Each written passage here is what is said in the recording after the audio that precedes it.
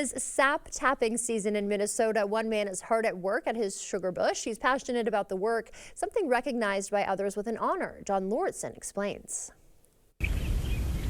Springtime in Otter Tail County means the woodlands are waking up.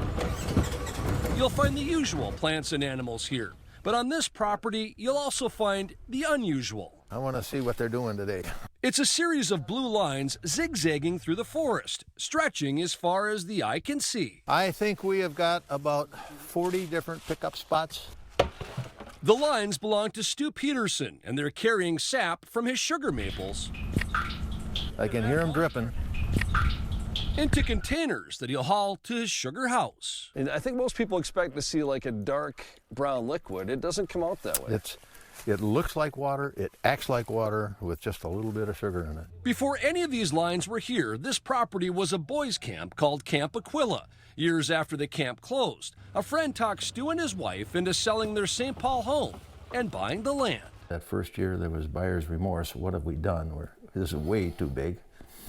But it's the best thing we ever did. That's because the DNR told him the property had untapped potential as a sugar bush, a shorter name for a maple syrup operation. Did you know what you're doing? No, I had no idea. You don't go to school for maple syruping in Minnesota. You can out east, but not here. But he caught on quickly. Each year, Stu taps about 1,000 trees on his property, and it takes about 40 gallons of sap to get one bottle of syrup. The sweet spot is usually mid-March to mid-April. The last year, the mild winter allowed him to tap in mid-February. Setup takes 3 weeks, and once the sap starts to flow, it's taken inside, where it's run through an evaporator. And it's boiling and boiling, and it gets more and more concentrated as it travels down this river. What comes out in the end is syrup with a high sugar content, but nothing else is added. That is the key to maple syrup. We are adding nothing.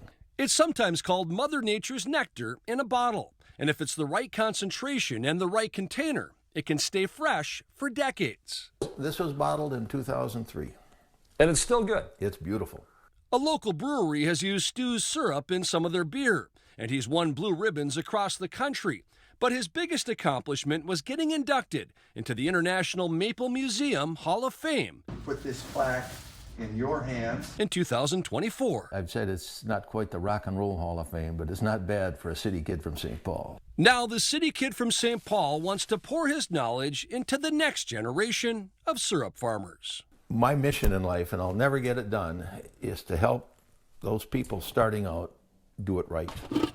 I want people to know what good syrup is.